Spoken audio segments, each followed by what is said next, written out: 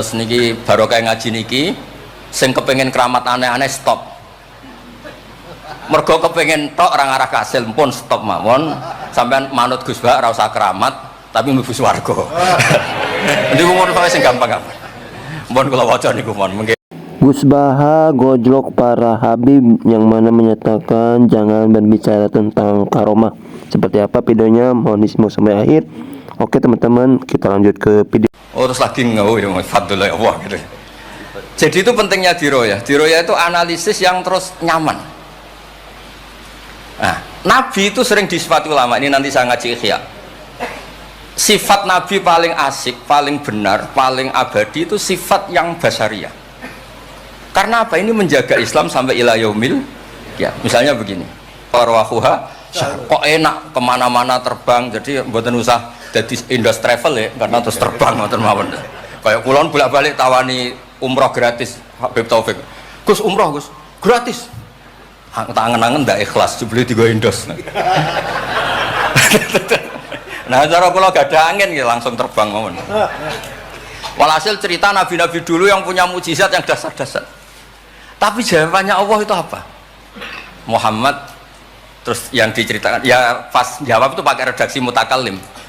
Alam ajidka yatiman fa'awaituka satruse wadolan fahadaituka wa ailan fa'agnaituka. Terus Rasulullah itu senangnya bukan main.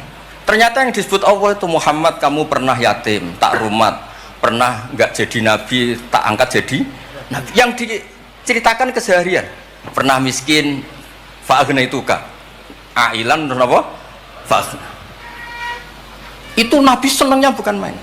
Saya itu sering cerita ke teman-teman yang seneng keramat. Misalnya ke iso terbang di Mekah, tapi ra iso ngopi piye. Misalnya ke iso terbang di Mekah, tapi mau misor jembatan piye. Gagah kula ora terbang di Mekah, kula mah kula niku kathah, elek-elek tapi kathah.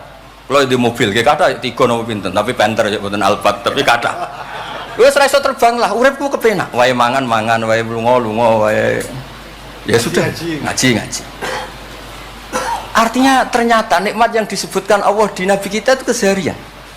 Alam yajidka yatiman fa'awa, yang yatim-yatim dihormat pakde palingnya. Seterusnya sampai ailan fa'ahna terus kepenak karena agama ini sesuai dengan keseharian kita. Dan Allah ketika mensifati dirinya lihadatin alladzi at'amahu min ju' wa amanahum min khauf. Sudah lah pokoknya ngaji mangan, rapati paham lah sementing mangan. Sudah alladzi at'amahu min ju'.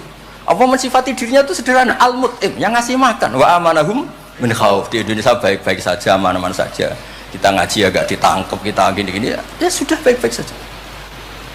Dan itu yang paling disenangi Rasulullah SAW. Nabi ketika ditanya, al islami khairan ya Rasulullah, itamu to'am. So nggak Islam itu sangker mangan-mangan, ya Islam.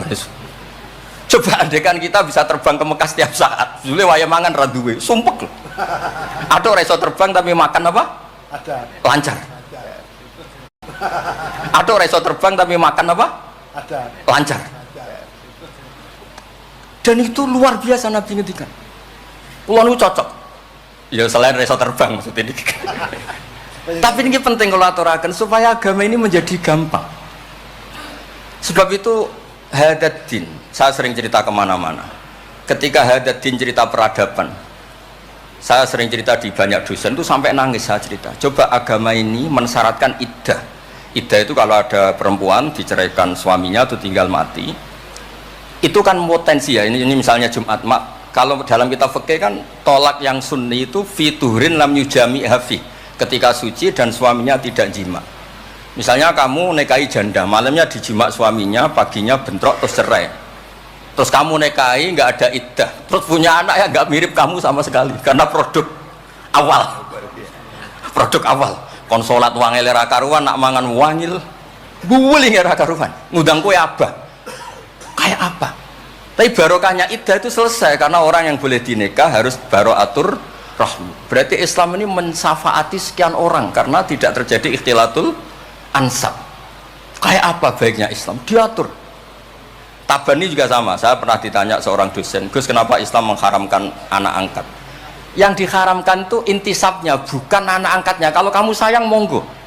Tapi kalau anak angkatnya sampai lupa nasabnya, kemudian nanti ketemu saudaranya nikah, itu bahaya. Terus nanti sama saudara angkatnya pegang-pegang dikira gak batalkan wudhu padahal ajnabi. Itu yang gak diinginkan Kanjeng Nabi. Belum keangkuhan. Ya misalnya wonten tiyang tipe anak angkat kok gaya, anak angkatnya Gus Batus lali keluargane. Lala bapaknya jenenge Parmin terus muni anakku ayo repot. Itu kan mendidik keangkuhan. Mendidik apa? Keangkuhan. Sehingga Islam ibtalut tabanni. Dulu pernah ada periode orang nyebut Zaid bin Muhammad.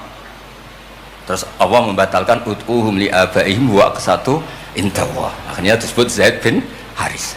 Tapi sayangnya Nabi tetap sampai jenis Sayyidah Aisyah mangkelnya bukan main karena pernah Zaid ini akhirnya punya anak namanya Usama. Niku nak jajar Sayyid Hasan, niku kayak gula kopi, sutok wireng, sutok putih kuwanten. Niku nak meler umbelen. Kanjeng Nabi kadang ngendikan niku lho apa sisi corong Jawa kon ngresi. Sayyidah Aisyah gak gelem, umbele cah ireng kan gak enak. Jebule malah sing nyisi Kanjeng Nabi.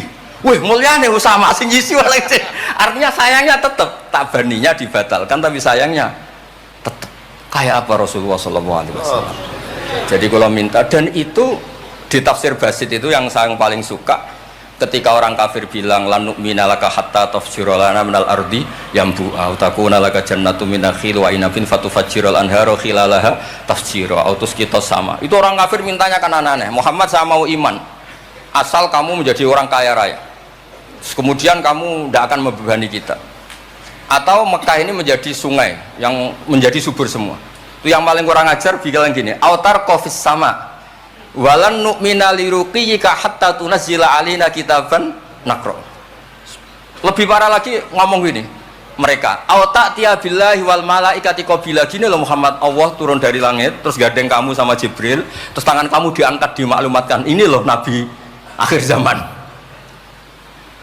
Itu di semua riwayat ahli tafsir mengatakan kenapa Allah tidak nuruti itu, karena ketika konsep Quran itu rasional sesuai fitrah salimah, orang yang menolak itu angkuh, meskipun minta mukjizat itu yang menolak itu angkuh.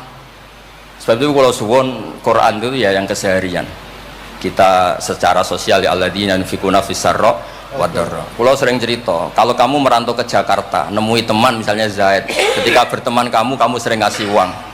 Sekarang Zaid jadi menteri atau jadi pengusaha di Jakarta. Dulu ketika berteman kamu sering ngasih uang Zaid. Ketika tersinggung wal kadhiminal ghaidha. Ketika Zaid salah wal afina. Kamu ketemu di Jakarta pede. Coba ketika Zaid miskin, mbok jotos-jotosan. Mbok mel-melan. Sekarang jadi pejabat, ditangkap sama. Karena dendam. Makanya Ibnu Khaldun ngendikan, hadatin agama ini itu diatur secara sosial. Hatta Rasulullah SAW man uyyida bil kauni kullih lausah, orang yang bisa menggunakan sarana mukjizat apapun di dunia ini itu saja diatur oleh Allah. Fabima rahmatin minallahi lintalahum walau kunta fatun ghalidhal qalbi lan faddu min hawli. Misalnya ini contoh Mas Aziz, misalnya Mas Aziz keramat iso terbang yang Mekah, ketemu kula didoni disadui tetap tak pisoi Mas iso terbang di Mekah. Artinya apa? Nabi dengan segala mukjizatnya kok faddun ghalidhal qalbi tetap lan faddu min haulik. Artinya mukjizatnya Nabi sebanyak apapun ketika secara sosial beliau salah, andekan ya tentu andekan karena nggak mungkin terjadi, tetap lan faddu min haulik. Makanya terus Ibnu Khaldun mengatakan hadatin sesuai fitrah salimah, bahwa peradaban manusia dibangun dengan akhlak. Nah kalau sudah ngaji seperti ini dawuh Imam Waqidi ketok mukjizate dawuh wa inna kala ala khuluqin azim. Ya, terus niki barokah ngaji niki, sing kepengen keramat aneh-aneh stop. Mergo kepengen tok orang arah kasil pun stop mawon. Sampean manut Gus Ba ora usah keramat, tapi mlebu swarga. Niku mun kok sing gampang apa. Mun kula waca niku mon, mengke kula mon. Assalamualaikum warahmatullahi wabarakatuh. Ya teman-teman, itu dia tadi ya ceramah dari Gus Bahauddin yang mana menyatakan bahwa stop berbicara tentang yang mana karomah yang berlebihan ya. Kita harus percaya adanya karomah, cuman ya stop ya di depan para habib yang berbicara seperti itu ya. Artinya ya kita mending berbicara tentang fikih atau rukun iman Islam dan lain-lainnya. Itu pendapat dari Gus Baha di depan para Habib, terutama ada Habib Taufik juga ya teman-teman. Oke, itu di video kali ini ya.